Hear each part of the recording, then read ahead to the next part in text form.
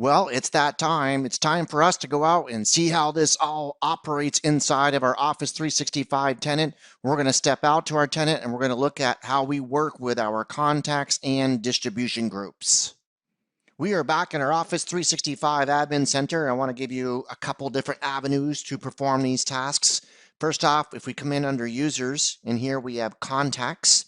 And notice I can add a contact here. And it's going to ask me for first name, last name, display name, email, company, office phone, mobile phone. So I can perform or create a contact right inside of the Office 365 Admin Center. Let me collapse that. Let me go to groups. I can also come in here and click groups, click add a group. Notice the default is an Office 365 group. Drop this down, distribution list, mail-enabled security group. Now in here we have a security group. We don't have the dynamic distribution group here. So this is a little bit of a difference at this level here. And notice what this does, it provides access to OneDrive and SharePoint for your mobile devices. So I just want to show you that there are a couple different ways, depending on where you are and what you're trying to create, for us to be able to create these contacts and groups. We're going to go ahead and collapse this. We're going to jump to our Admin Center tab. In Exchange up here, we have our groups right here and we have our contacts. Let's jump into contacts first. We're going to go ahead and click plus. We have a mail contact and it's asking for first name. I'm just going to make something up. Okay, Bobby. And Bobby Sue is going to be the first name. And then the last name is Bobby Sue Smith. Let's go with that one. And goes by BSB. And the external email address is BOBBYSUSSMITH@mycoolcompany.com. So it's got to be something external to our organization. So I'll go ahead and save this. And you're going to see it created that contact for us, Bobby Sue Smith, and there's the email address. Now I can double click on it and open it back up. And we have options here.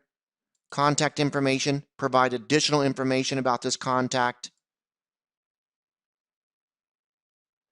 Organization, title, department, company, and then a mail tip. So similar to what we did with our emails as far as a mail tip is concerned, and we're just providing information about this contact that's external to our organization. I'll go ahead and cancel that. Let's go to our groups over here. Notice the Office 365 group. We have a drop down here. Here's our distribution group, our security group, and our dynamic distribution group. Remember I said the mail-enabled security group is often referred to as just the security group? That's where we're at right here. So let's just create a distribution group. And display name is going to be Office 365 Migration Team. And we'll create an alias of O365MT. This might bark at me because I'm going to be creating a duplicate. Let me just take the space out of here and out of here. And then we have our notes. We can add a note in here. We can specify who the owner is right now because I'm creating it, I'm the owner, but I could allow someone else to be the owner of this group. Add group owners as members is an option. So down here, I can go ahead and add another member here. I'm going to just bring in Bobby Sue. We'll do an OK. And we'll bring in one more. We'll bring in Linda. I got to keep her involved with me. So we'll bring Linda in as well. Choose whether owner approval is required to join the group. So open means anyone can join this group without being approved by the group owners. That would be me at this point. Let me scroll down here. So close, members can be added only by the group owners. So all requests to join will be automatically rejected. Owner approval. We'll take a look at the request and I'll either approve it or reject it. Choose whether the group is open to leave, which means can someone just bail out of the group?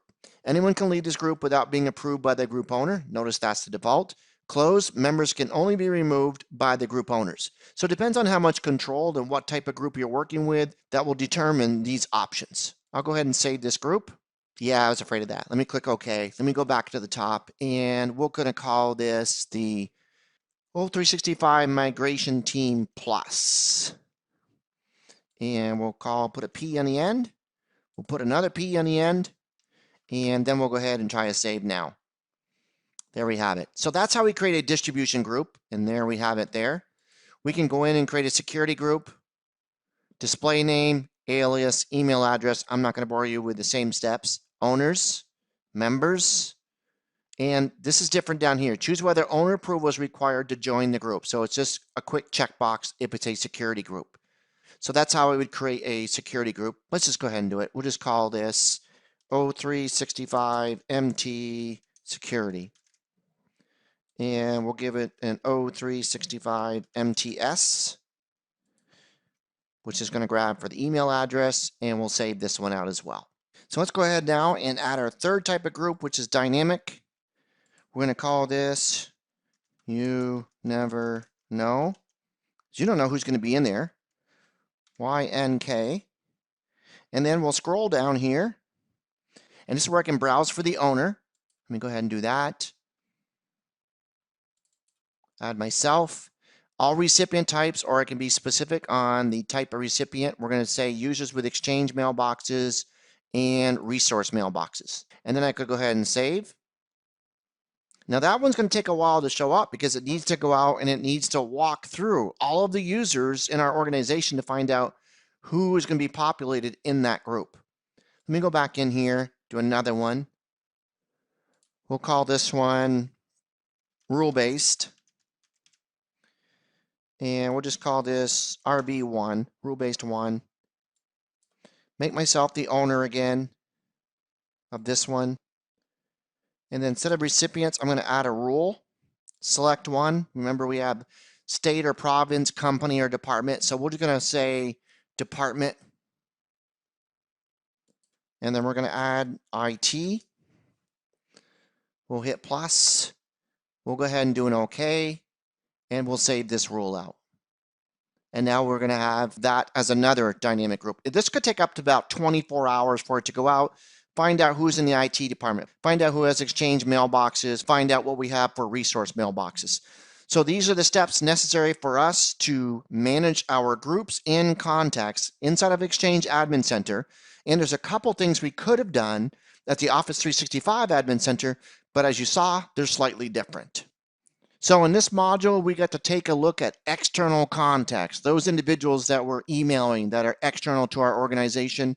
And we also talked about distribution groups, 3 different types to be exact. We talked about the dynamic distribution group, the distribution group, and the mail-enabled security group.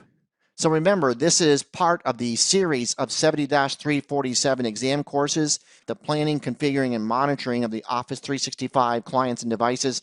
Don't forget to check out the planning and configuring and collaboration with SharePoint Online, also the managing and configuring of Skype for Business, and this course, we're just wrapping up the planning and configuring of Exchange Online. These 4 courses will help you prepare for the Office 365 70-347 exam. And again, my name is Brian Olivan. Thank you so much for joining me in this course, and I look forward to seeing you in the other courses as you prepare for the 70-347 exam to obtain your MCSA for Office 365. Thanks for joining me.